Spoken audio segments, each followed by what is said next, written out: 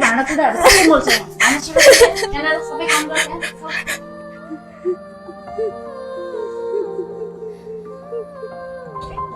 आमा आमा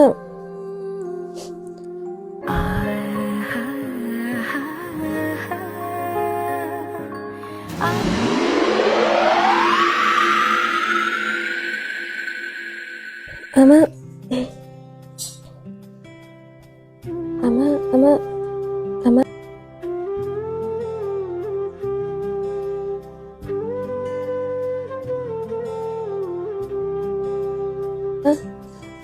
आमा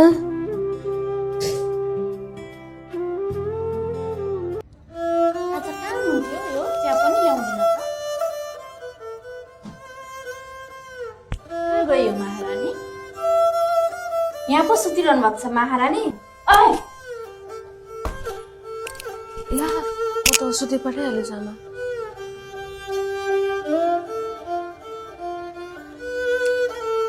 काम भनेपछि त कम त निन्द्रा लाग्दैन नि महारानीलाई काम कति थुप्रिरहेको छ जुठो भाँडाहरू खर्किरहेको छ कसले मोल्छ त्यो गर छिटो काम गर भरे भात त घिच्लास् न तँलाई दिउँला खानालाई खाने बेलामा त चाहिन्छ यति सुतेर बसिरहेछ कामसम्म नगरिकन काम त सबै सक्यो बेसी बोल्छस्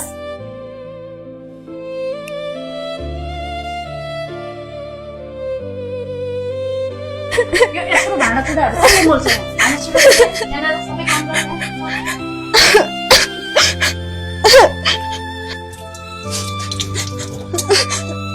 आमा तपाईँ कहाँ जानुभयो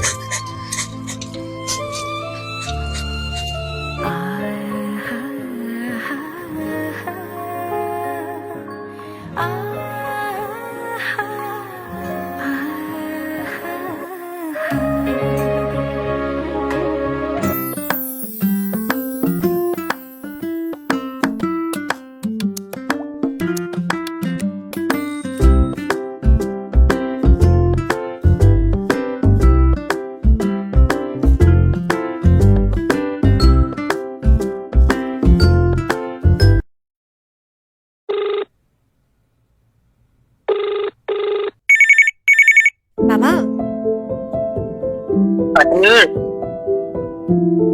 हाम्रो आमाले त पहिला कस्तो झुट बोल्नु हुँदो रहेछ नि किन छोरी के भयो आमाले त पहिला खाना दिन भन्नुहुन्थ्यो तरै पनि जबरजस्ती भए पनि खुवाउनुहुन्थ्यो तर अहिलेको आमाले त खाना दिन भनेपछि त खाना नै दिनु हुँदैन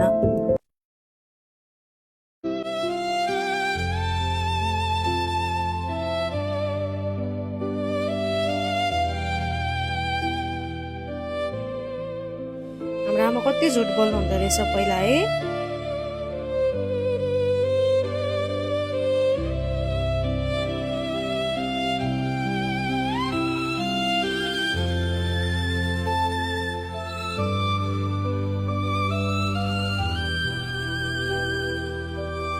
आमाले त कस्तो झुट बोल्नु हुँदो रहेछ नि खाना दिन्न भनेर पनि जबरजस्ती खुवाउनुहुन्थ्यो तर अहिलेको आमाले खाना दिन्न भनेपछि खाना नै दिनु हुँदैन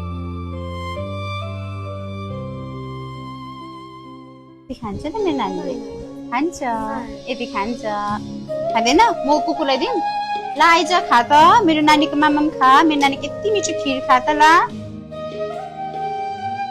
कहाँ दिन्छु म अरूलाई मेरो नानीले खान्छ फेरि यो लास्ट फाइनल घाँस फेरि सेकेन्ड फाइनल घाँस ल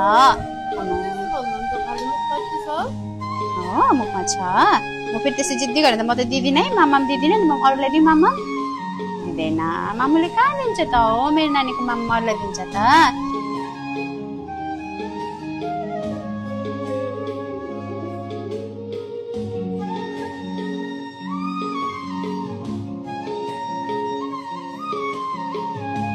अब यो लास्ट फाइनल यसले के दामी छ हो मेरो नानी कति दामी छ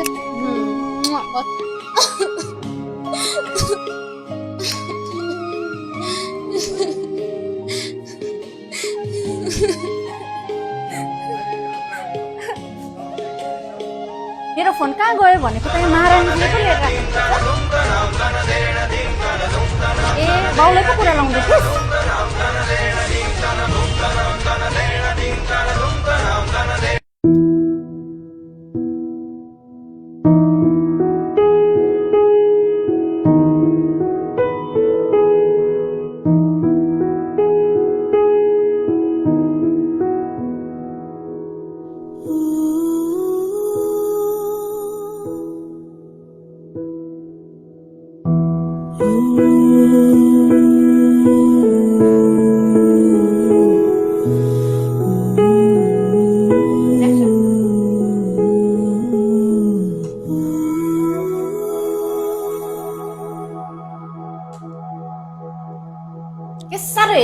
त चोक्कै लाग्छ रे ला।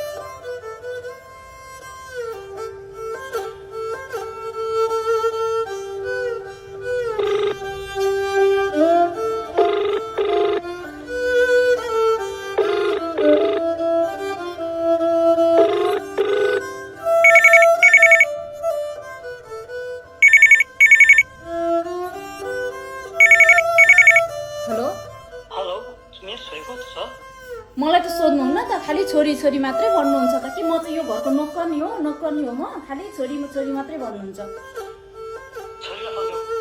तपाईँको महारानी छैन, स्कुल पढ्न गएको छ। म यहाँ घरमा काम गर्दै ढिक्का हुन्छ, तपाईँको छोरी स्कुल गएको छ।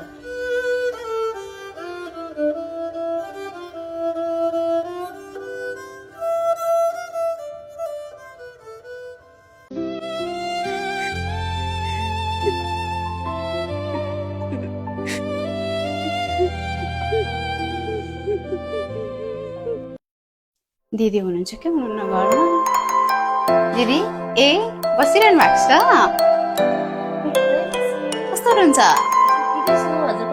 म त एकदम ठिक छु। अनि तिमी स्कुल जाँदैछौ नानी? ए हो, ए हेर न केही मिठाईहरू पनि पाइन हो, केही ल्याइदिनु ए तिमीलाई अलिकति मिठाईहरू ल्याइदिएको छु, आऊ ल। हुन्छ खाऊ तिमीलाई लागि भनेर ल्याइदिएको। म त स्कुलमा लगेर खान्छ, साथीहरूले पनि कति उनीहरूले खाजाहरू ल्याउँछ टिफिनमा, त मलाई देखाउनै खान्छ नि त। अनि मलाई कति भन्छ उनीहरूले तैँले त खाजा मिठै ल्याउँदैनस् भनेर। अब चाहिँ म उनीहरूलाई देखाउँदै खान्छ। अब खाने भए खाऊ न खाने भए।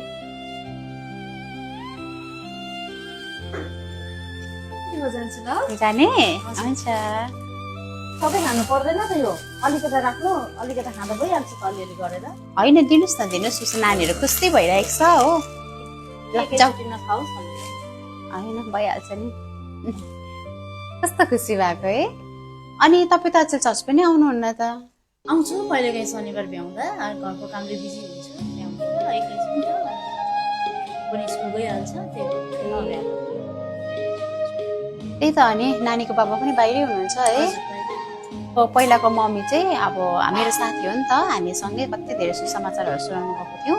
अनि तपाईँ पनि कस्तो राम्रो हुनुहुन्छ सुनेको थिएँ मैले तपाईँको बारेमा पनि, एकदमै राम्रो हुनुहुन्छ भनेर। अनि यस्तो हो दिदी, अरूले सङ्गतिहरू पनि जुनै पनि सङ्गतिहरू हुन्छ। अनि दाइ भने चाहिँ राम्रो हो, क्रिसमसमा मात्रै कुनै त्यस्तै कुराहरू हुँदा मात्रै चर्च आउने चाहिँ होइन है, अरू बेला पनि हामीले चर्च जानुपर्छ।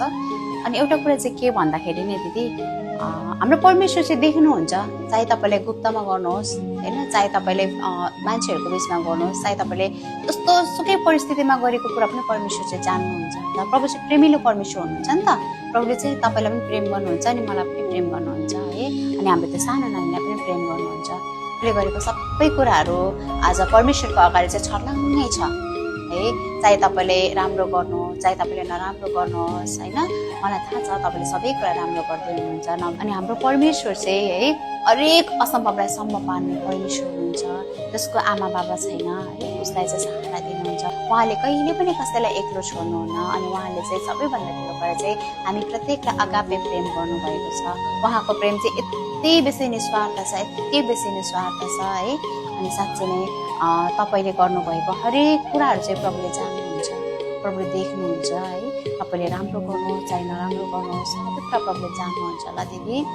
छ बहिनी, तपाईँले भन्नुभएको कुराहरूमध्ये सबै विचार गर्नेछु। गोप्यमा देख्नुहुने हाम्रो परमेश्वरले तपाईँ अनि मैले गरेको हरेक कुराहरू उहाँले सर्वसँग देख्नुहुन्छ, उहाँले सबै कुरा जान्नुहुन्छ। उहाँको अगाडि कुनै पनि कुरा लुक्न सक्दैन। हामी जसुकै जाउँ तर परमेश्वरले चाहिँ आज हामीले गरेको हरेक कुराहरू चाहिँ उहाँको अगाडि हामीले हुन्छ। दिदी ढिलो पनि भयो है, अब म जान्छु पनि, यसो यो बाटो भएर हिँड्दै थिएँ अनि म जान्छु है त ल। आउँदै गर्नुहोस्। हुन्छ हुन्छ हुन्छ दिदी, ल म जान्छु। अरू त त्यस्तै हो है, हाम्रो परमेश्वर चाहिँ महान हुनुहुन्छ। उहाँको अगाडि कुनै पनि कुरा लुक्न सक्दैन, कुनै पनि कुरा चाहिँ हामी लुकाएर छुपाएर केही पनि गर्न सक्दैनौँ। तपाईँले असल गर्नुभयो भने असलै हुन्छ, खराब गर्नुभयो भने है त्यो पनि अब प्रभुको अगाडि नै थाहा छ, उहाँलाई थाहा छ। अनि तपाईँले आफ्नो परिवारलाई सम्हालेर राख्नुभएको छ, आफ्नो नानीलाई धेरै माया गर्नुभएको छ है। दाजु चाहिँ बाहिर जानुभएको छ तपाईँको लागि। हुन्छ ल म गएँ है त। हुन्छ जय मसी, चर्च आउनुहोस् है ल, चर्च आउनुहोस्। अनि नानी पनि सन्डे स्कुल आएको थिएन, त्यही भएर नि सन्डे स्कुल पठाउनुहोस् ल नानीलाई। हुन्छ ल गएँ है त। हुन्छ। सुमिना, हजुर आमा, मैले केही पनि खाएको छैन, सबै थोक यहीँ छ। त्यस्तो होइन, यहाँ बस्छ न छोरी, यहाँ बस्छ त। आऊ माथि। मैले तिमीलाई धेरै दुःख दिएँ, धेरै गाली गरेँ, धेरै मलाई माफ गरिदिनु छोरी। जान अन्जानमा मैले गल्ती गरेँ, मलाई क्षमा गरिदियो है। मैले तिमीलाई कति धेरै दुःख दिएँ, कति पिटेँ, कति गरेँ। तिमीलाई आफ्नो आमाले दिने माया मैले दिन सकिनँ, तर अबदेखि उपरान्त त्यस्तो हुने छैन। मैले तिमीलाई जति धेरै दुःख दिएँ त्योभन्दा धेरै माया दिन्छु। अनि तिम्रो आफ्नो आमाले, जन्म दिने आमाले जस्तो दिन नसके भने त्योभन्दा कमी छ। म तिमीलाई धेरै माया गर्छु ल छोरी, मलाई माफ गरिदेऊ, नरिसाऊ मसँग। अबदेखि म धेरै माया गर्छु तिमीलाई, केही कुराको पनि दुःख दिँदैन है।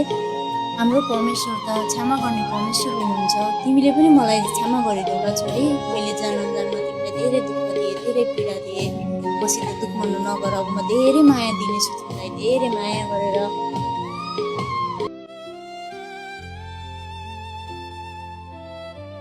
आमा यो लिनुहोस्, यो मलाई चाहिँदैन। होइन छोरी, तिमी खाऊ न ल।